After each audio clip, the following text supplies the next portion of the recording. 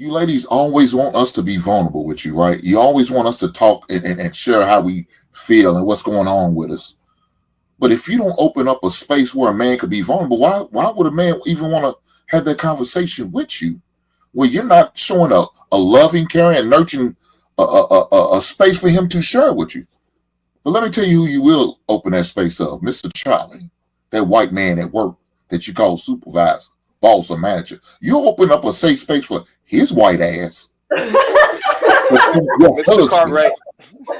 your man, your significant other, the guy that gives you the butterfly that's got that connection that makes you tingle. He's throwing 10 inches of lip dick off in your face and giving you what you're looking for. You don't hear nothing he got to say.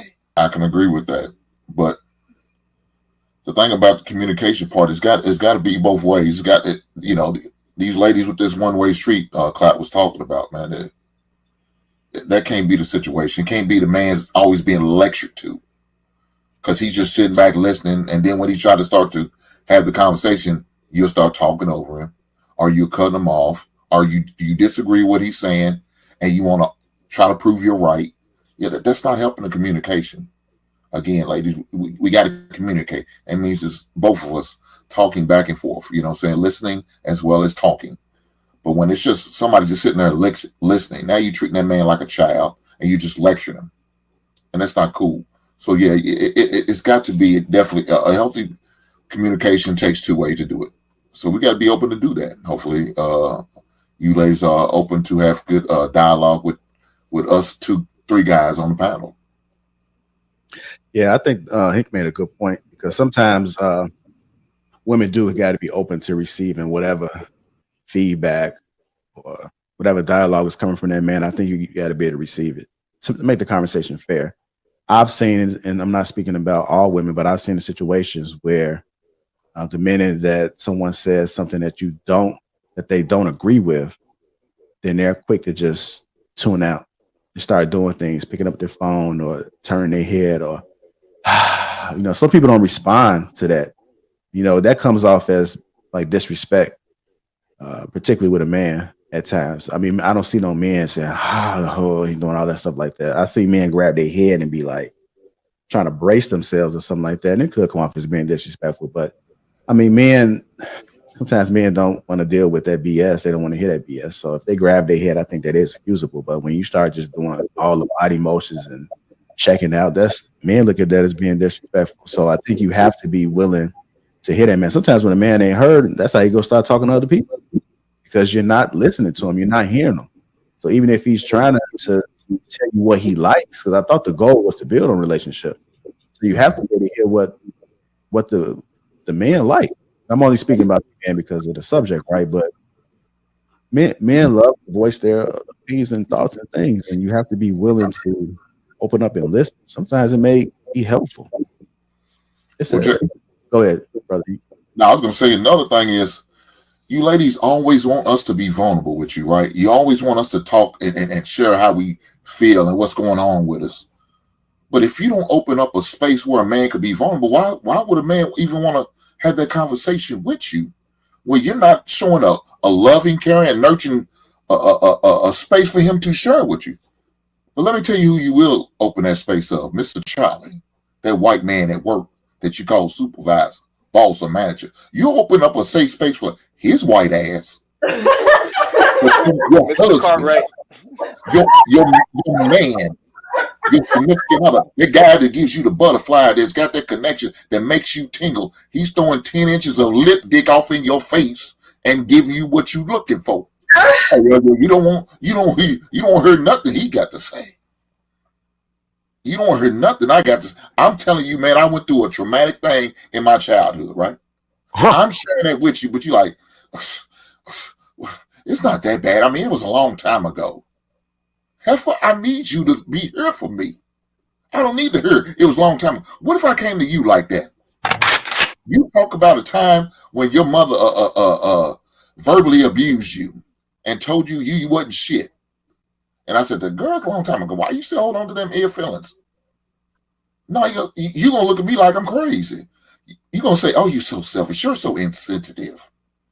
You're just so heartless. No, that's not cool. So Make yourself available for your man, for your husband. So when he wants to share something vulnerable, that's a part of that communication. Because let me tell you what's gonna happen. Like JR said, if not, he's gonna go. He's gonna go to Nancy at the office, and he's gonna unload it on her while they're at the break table breaking bread together, eating that nasty ass mayonnaise sandwich you probably made it. And then he gonna look at down that sandwich, think about your selfish ass and how I couldn't share these feelings I'm having right now with you. I got to share it with this woman across from me who doesn't have, is not blessed with my last name. And some of them don't even look like us. But then y'all gonna have ill feelings if you find that he's got a work wife. Oh, now they going to lunch outside the office. And they continue to having these vulnerable conversations to the point she's ready to do whatever you're not doing. What? And that means she's gonna go that fourth day of giving that man that good loving. Instead of them 2 or 3 days. Yeah, them 2 or 3 days you only willing to give. She's willing to give you 4 plus. Or then y'all gonna have some type of feelings that now y'all gonna have something to say then. Now y'all be ready to communicate then, but it's too late. He done already mentally checked out on your ass. And is not looking to get back in there because Nancy's doing everything he needs her to do. That's a good illustration, Hink. And Big Cloud Jones, just so you know, this is a safe space. I know I appreciate your transparency, Hink, for opening up there. You know, sometimes I know men may feel like they not heard, but this is a safe space. So, Cloud, when you do get the opportunity to speak, just go ahead and just let it out, let loose, brother. You ain't got to worry. Oh yeah. Okay. So I would definitely agree with what Hink was saying, and I definitely agree with that when you don't communicate, the devil narrates. But I do think that communication is like one aspect of it, and I think that you got to couple that with like comprehension. You have to couple that with like acknowledgement, because you can communicate with someone and y'all could be communicating back and forth as much as you want, but if that person does not comprehend what you said and they can't acknowledge it and like essentially like say it back to you, you're going to have a lot of difficulty really connecting, and those words aren't going to mean anything. We're talking about connection again. Okay. Yeah. Y'all see how I do that? I'm a master creator too. I kind of like put the topics in together. Man. I give myself my own flowers. Go ahead, Big Cloud.